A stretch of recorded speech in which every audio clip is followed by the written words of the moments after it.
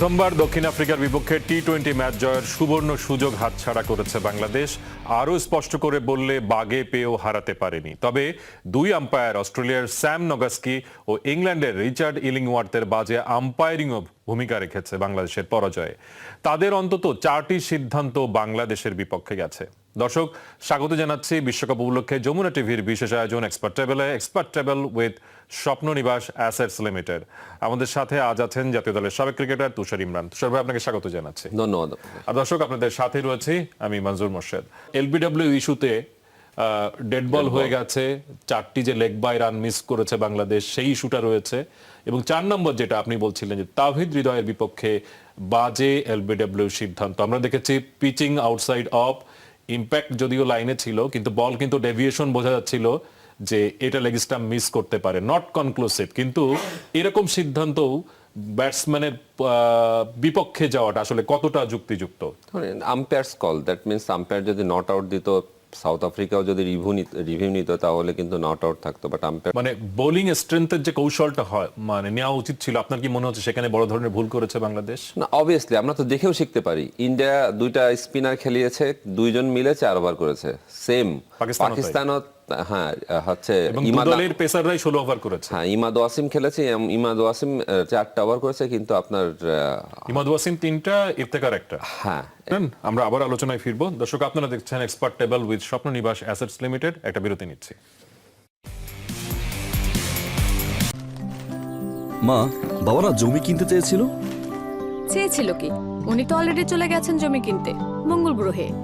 কি?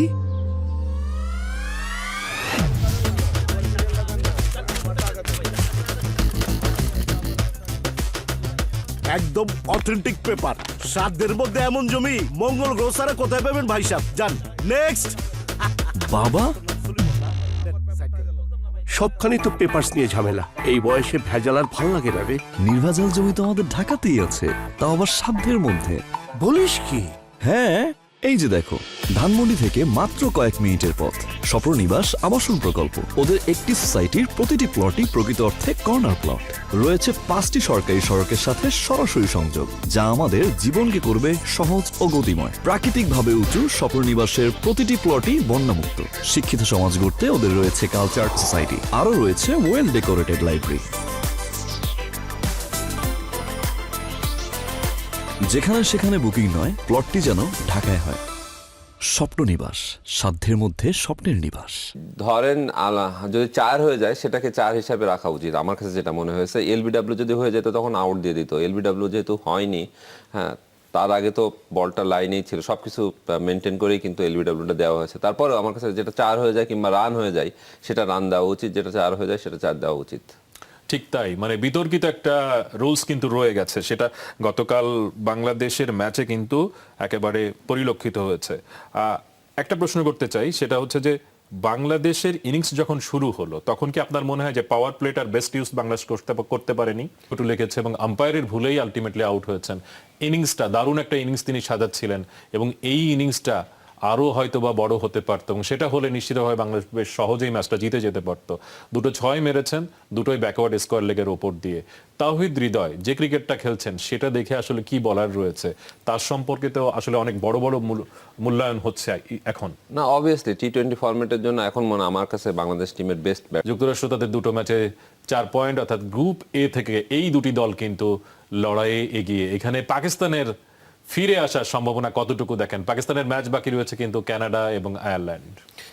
খুবই অল্প পাকিস্তানের চান্স এখানে। ধরেন আপনার যদি পাকিস্তান 2টা ম্যাচ জিতেও, তারপরে কিন্তু যুক্তরাষ্ট্রকে হারতে হবে। মানে ইউএস এর ম্যাচ বাকি রয়েছে আয়ারল্যান্ড এবং ইন্ডিয়া। হ্যাঁ, ধরেন একটা ম্যাচ হারলো ইন্ডিয়ার সাথে, আয়ারল্যান্ডের সাথে জিতলো, তখন থ্রুথ যুক্তরাষ্ট্র। আর যদি 2টা ম্যাচই হারে, তখন কিন্তু নেট রান রেটের একটা ইকুয়েশন চলে আসবে, মানে পাকিস্তানকে তাকে এক্স্যাক্টলি, এবং নেট রান রেটেও যুক্তরাষ্ট্রকে টপকে যেতে হবে। অনেক যদি কিন্তু রয়েছে এই গ্রুপে। আমরা বি গ্রুপটা একটু দেখি, সেখানে কি অবস্থা। বি গ্রুপে কিন্তু চমক দেখাচ্ছে স্কটল্যান্ড। তারা এখন পর্যন্ত 3টা ম্যাচ খেলে ফেলেছে ইংল্যান্ডের বিপক্ষে অসাধারণ শুরু করেছিল, বৃষ্টির কারণে ম্যাচটা পরিত্যক্ত হয়েছে। বাকি দুটো ম্যাচে তারা কিন্তু আমরা দেখেছি যে নামিবিয়া এবং ওমানকে হারিয়ে দিয়েছে। তাদের শুধু অস্ট্রেলিয়া ম্যাচ বাকি রয়েছে, মানে তারা তো এক পা দিয়েই রেখেছে বলা যায়। অবশ্যই তারা তাদের কাজটা করে দেখিয়েছে। যদি ইংল্যান্ডের সাথে খেলা হতো পুরো ম্যাচ, হয়তো বা ইংল্যান্ড আনলে এই টি-20 ফরম্যাটে মানে এনিবডিজ গেম, সেটা তো প্রমাণ হচ্ছে বারবার। তুষার ইমরান, আপনাকে অসংখ্য ধন্যবাদ। দর্শক, নিউ ইয়র্কের উইকেট কিন্তু এই মুহূর্তে আলোচনায়, সেখানেই কিন্তু আবার আজকে ম্যাচ রয়েছে। পাকিস্তান মাঠে নামবে কানাডার বিপক্ষে, সেই ম্যাচ দেখার আমন্ত্রণ জানিয়ে শেষ করছি। ধন্যবাদ আজকের মতো।